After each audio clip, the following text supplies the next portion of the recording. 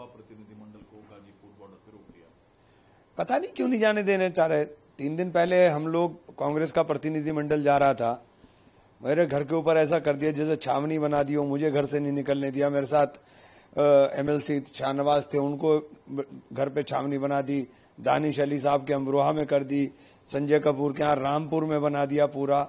मतलब मुझे नहीं समझा, गजराज सिंह के यहाँ पुलिस लगा दी। तो ये मुझे नहीं समझ में आया क्यों ये रोक करके इस तरह से क्या मैसेज देना चाहते हैं, क्या छुपाना चाहते हैं, क्यों आप जाने नहीं देना चाहते।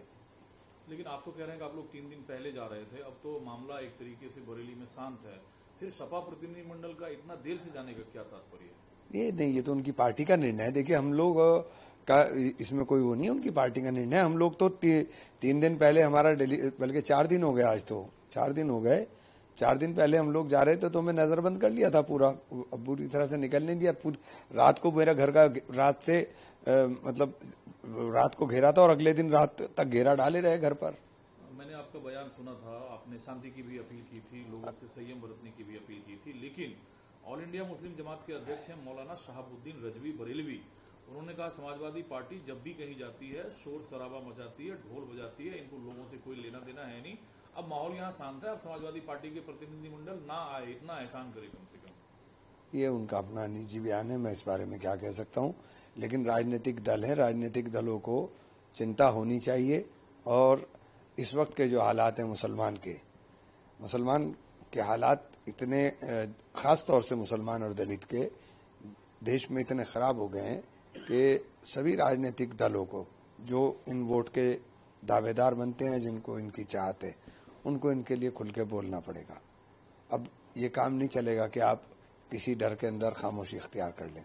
मुसलमान को सिर्फ वोट बैंक समझने की जो सोच है, उसको बदल करके मुसलमान के बुनियादी चीज़ों के ऊपर, चूंकि इस वक्त मुसलमान के साथ और दलितों के साथ जो जुल्म हो रहा है, और जिस तरीके से मुसलमान की तो तमाम तर इबादत गाहों को निशाना बनाया जा रहा है, तो अब जरूरत इस बात की है कि सब लोग इसके अंदर बोलने का काम करें। कौन लोग हैं जिन पार्टियों को वोट मिलता है? कांग्रेस है, समाजवादी पार्टी, सभी मैं सभी को देखिए, मैं सही तरीके से देखिए की आवाज को नहीं उठाई जा रही। मैं सभी लोग देखिए, जिस तरह से बरेली के अंदर जो कुछ हुआ, आप एक बात बताइए, फतेहपुर के अंदर दरगाह में घुस करके कब्रें तोड़ देंगे, पुलिस के साथ धक्का मुक्की करेंगे, मारपीट करेंगे और कोई एक्शन नहीं होगा। एक पोस्टर दिखाने पर आप हाथ पैर तोड़ दोगे, टांग में गोली मार दोगे, ये कहाँ का न्याय है? मुजफ्फरनगर की सड़कों के ऊपर आपने कावड़ के दौरान देखा था, उत्पात मच रहा था, कितनों के पैर में गोली मारी आपने? बताओ कितनों के पैर में गोली मारी आपने? आप पोस्टर, घरों के अंदर किसी ने झंडा लगा दिया और या पोस्टर लगा दिया आई लव मोहम्मद का, तो आप उसको घर को सील कर दोगे या घर तोड़ने का नोटिस जारी कर दोगे। 2 कानून मुसलमान क्यों चल रहे हैं? मुसलमान के लिए, एक दूसरे लोगों के लिए। ये क्यों हो रहा है देश में? तो ये इस बात को देखिए, हमें टारगेट कर करके नफरत की बुनियाद बनाई जा रही है। तो हम चाहते हैं कि वो तमाम तर सेक्युलर जमातें सामने आकर के इसके खिलाफ लड़ाई लड़ने का काम करें। आपने सीजीआई का जिक्र किया, मॉरिशस का जिक्र किया, और भारत की जो परंपरा रही है, भारत की जो पहचान रही है, इस बात की जिक्र उन्होंने वहां की।